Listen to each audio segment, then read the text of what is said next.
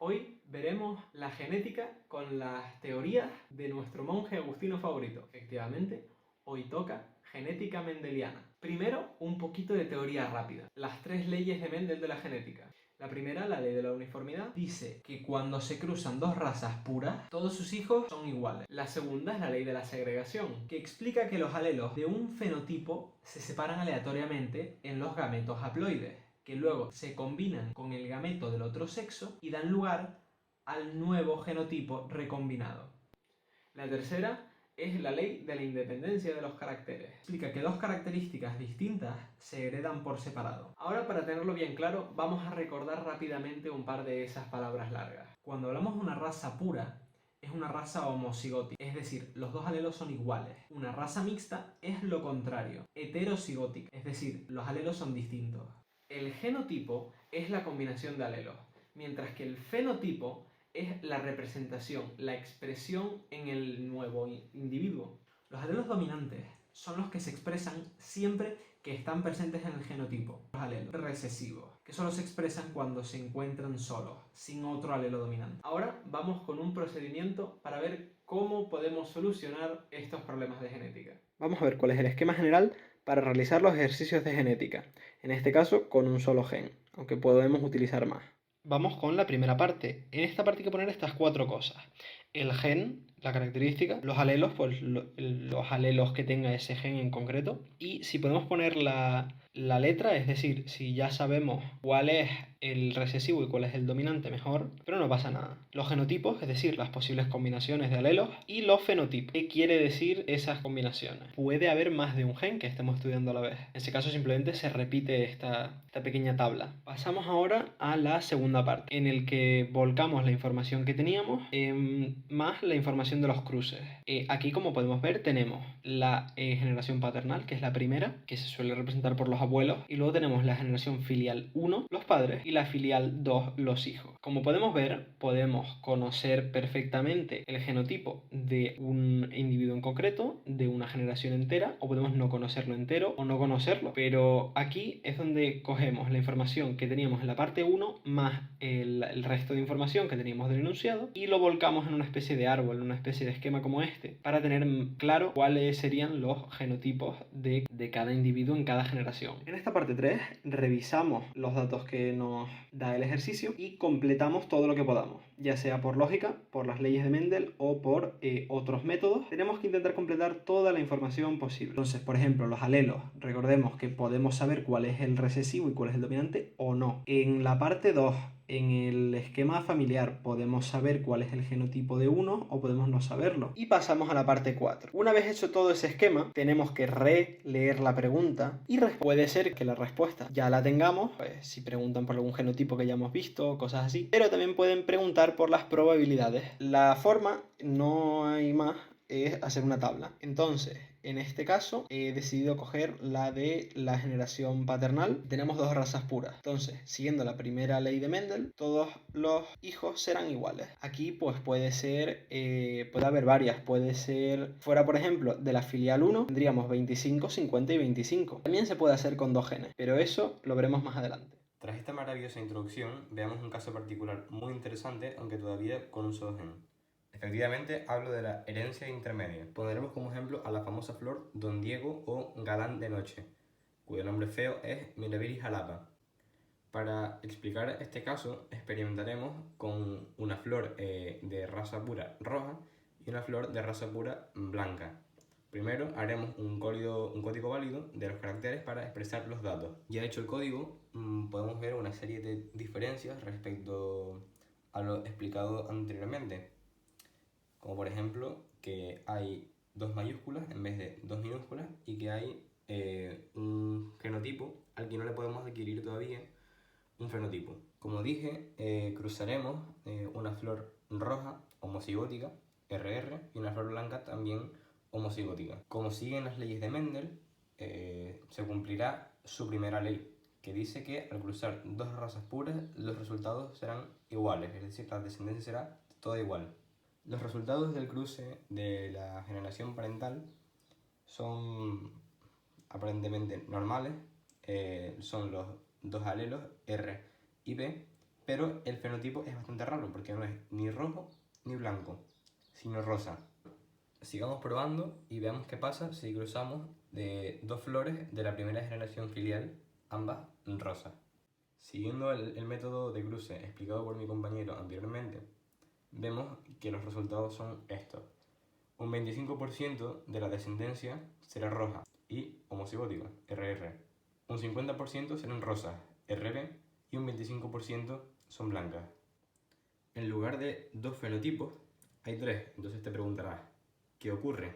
Bueno, si has estado atento, has podido ver que cuando el genotipo es heterocigótico, es decir, hay dos alelos distintos, el fenotipo equivale a un color intermedio entre los dos, el rojo y el blanco. En este caso es el rosa, por lo que podemos deducir que ningún carácter domina sobre el otro. No obstante, este no siempre es el caso, y puede ser que en otros organismos con los mismos alelos, es decir, rojo y blanco, de genotipo heterocigótico, que en vez de expresar un color intermedio entero, que puede ser el rosa, tenga manchas de esos dos colores, o de solo un color. Estos casos donde ningún carácter domina sobre el otro se llama codominancia. Y por cierto, ya podemos completar nuestra tabla y decir que el genotipo de alelos rojo y blanco corresponde a un fenotipo rosa.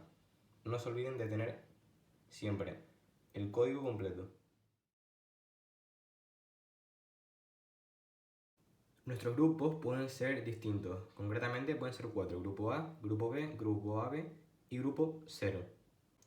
Las diferencias vienen dadas por unas proteínas que están presentes en las membranas de los glóbulos rojos, que tienen función de reconocimiento celular y también son antígenos, lo cual nos puede producir unos problemas. La herencia de los grupos sanguíneos sigue las leyes de Mendel, pero con algunos cambios. La primera variante es la presencia de 3 alelos, el A, el B y el 0. El A y el B son codominantes, es decir, ninguno domina sobre el otro, pero sí que dominan el A y el B sobre el 0, que es recesivo, siempre. Otra cosa a tener en cuenta es que en el genotipo siempre veremos 2 alelos, nunca 3. Ahora veamos los diferentes fenotipos con todas las combinaciones posibles en el genotipo. Entonces, cuando en el genotipo tenemos A y A, el fenotipo será del grupo A. Cuando tenemos B y B, será del grupo B. Cuando tenemos 0 y 0 en el fenotipo será del grupo 0 y es la única manera de que haya grupo 0. Recordemos que es el alelo recesivo. Cuando en el fenotipo tenemos A y 0, el fenotipo será de grupo A y lo mismo pasa con el B. Son alelos dominantes frente al 0 y codominantes entre ellos. Por eso, cuando el genotipo es AB, el grupo es AB, porque son codominantes. No hay ninguna mezcla como pasa con, por ejemplo, el Don Diego de noche, que de rojo y blanco sale rosa. Los problemas de herencia sanguínea se resuelven siguiendo la misma metodología que para un gen normal.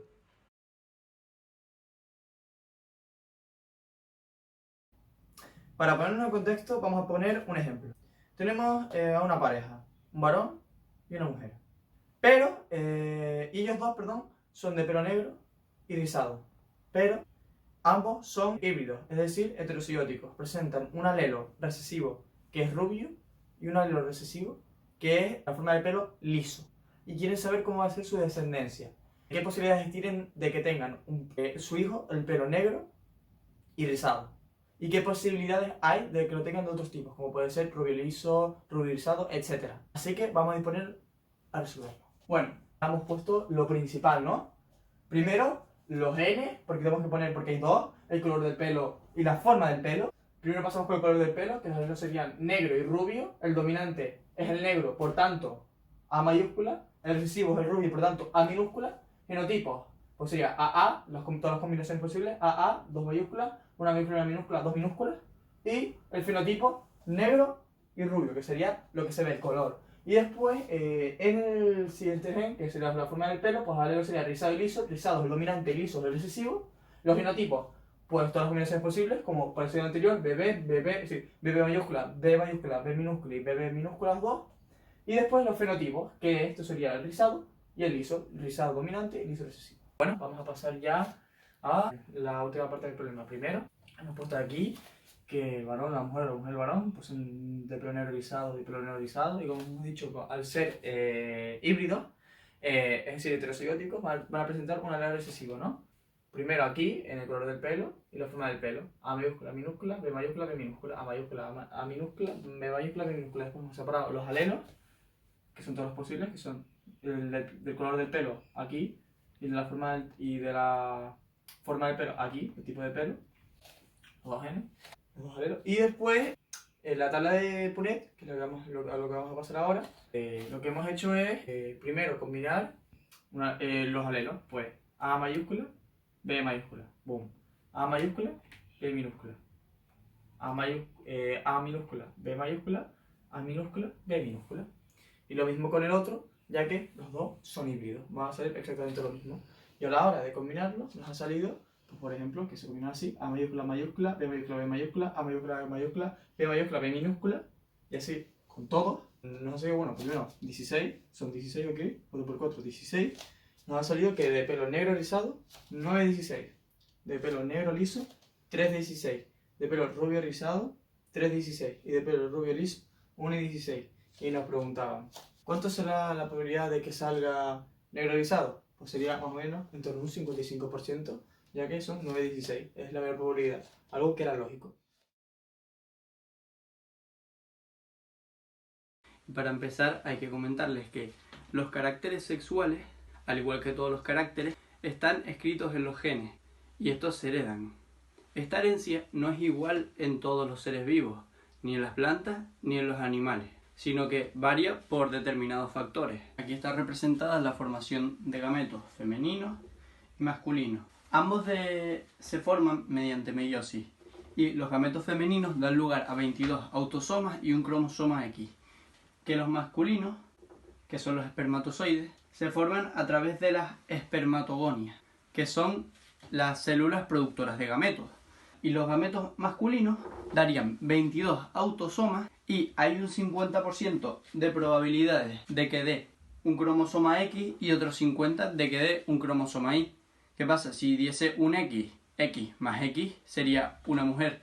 Y si diese un Y, X más Y sería un hombre. Por lo tanto, habría un 50% de probabilidades de que fuese un hombre y un 50% de que fuese una mujer. Las características sexuales secundarias de los seres humanos se encuentran todas, junto a otros genes, en un cromosoma, el par número 23.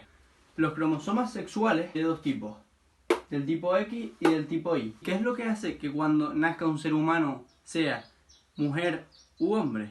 Lo que se diferencia es que las mujeres tienen dos cromosomas sexuales del tipo X y los hombres tienen un cromosoma sexual del tipo X y otro del tipo Y. Los cromosomas restantes, que serían los 22, serían los autosomas.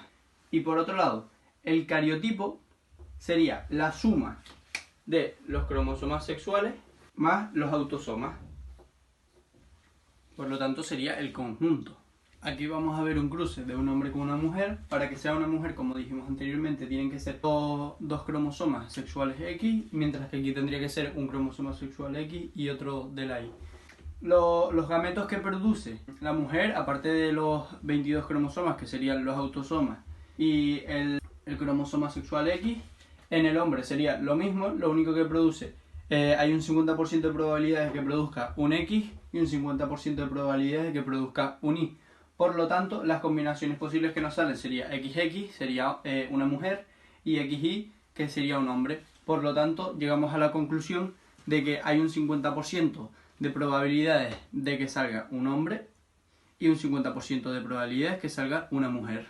Les voy a explicar un poquito sobre la herencia ligada al sexo. En el caso de Eli, como dijimos, se presenta solo en los hombres. El número de casos es mucho más reducido, ya partiendo de la base de que solo se dan hombres y de que solo se daría en un cromosoma, no en los dos, porque tiene X y en el Y. Y esto suele ser muy poco numeroso y podría ser el caso del gen que hace que se produzca pelo en los oídos, como podría ser la enfermedad de la tricosis.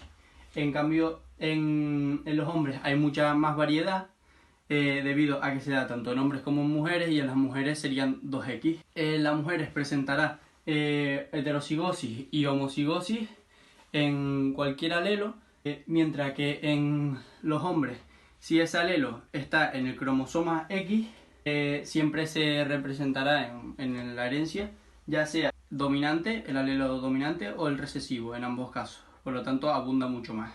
Ahora sí, sabiendo las diferentes combinaciones que pueden haber, vamos a cruzar una mujer de visión normal, pero con los alelos híbridos, con un hombre de visión normal.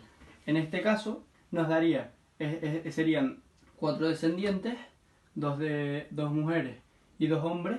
Las 2 mujeres siempre dominaría el alelo dominante, por lo tanto tendrían visión normal, por lo tanto habría un 0% de mujeres con daltonismo. En el caso de los hombres sería en un 50%, porque en este caso sería el alelo dominante y el alelo recesivo. Al ser alelo recesivo tendría daltonismo, por lo tanto sería un 50%.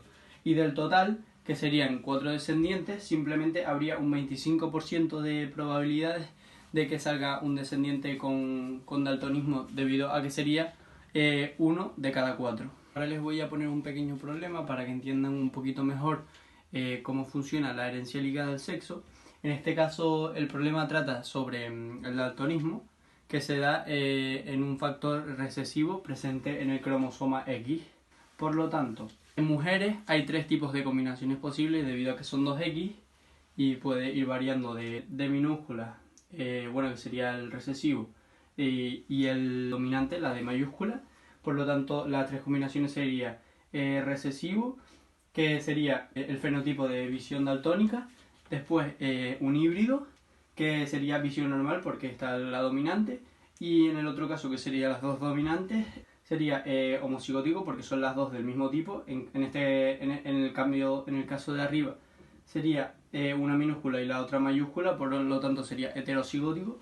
Bueno, y en el caso del homocigótico dominante, el fenotipo sería la visión normal, al igual que en el anterior, porque dominan en ambos casos, domina el alelo dominante, obviamente. En el caso de los hombres, al solamente haber una X y no 2 como en las mujeres, solamente habría 2 combinaciones posibles, que sería ya sea la de mayúscula o la de minúscula, la dominante y la recesiva. En el caso de la dominante sería visión normal, y en el caso de la recesiva, visión daltónica. Además de este tipo, hay otro tipo de especies que, por ejemplo, la hembra podría ser la heterocigótica y el macho podría ser el homocigótico. Y hay otras especies que los hacen por otros distintos tipos de herencia.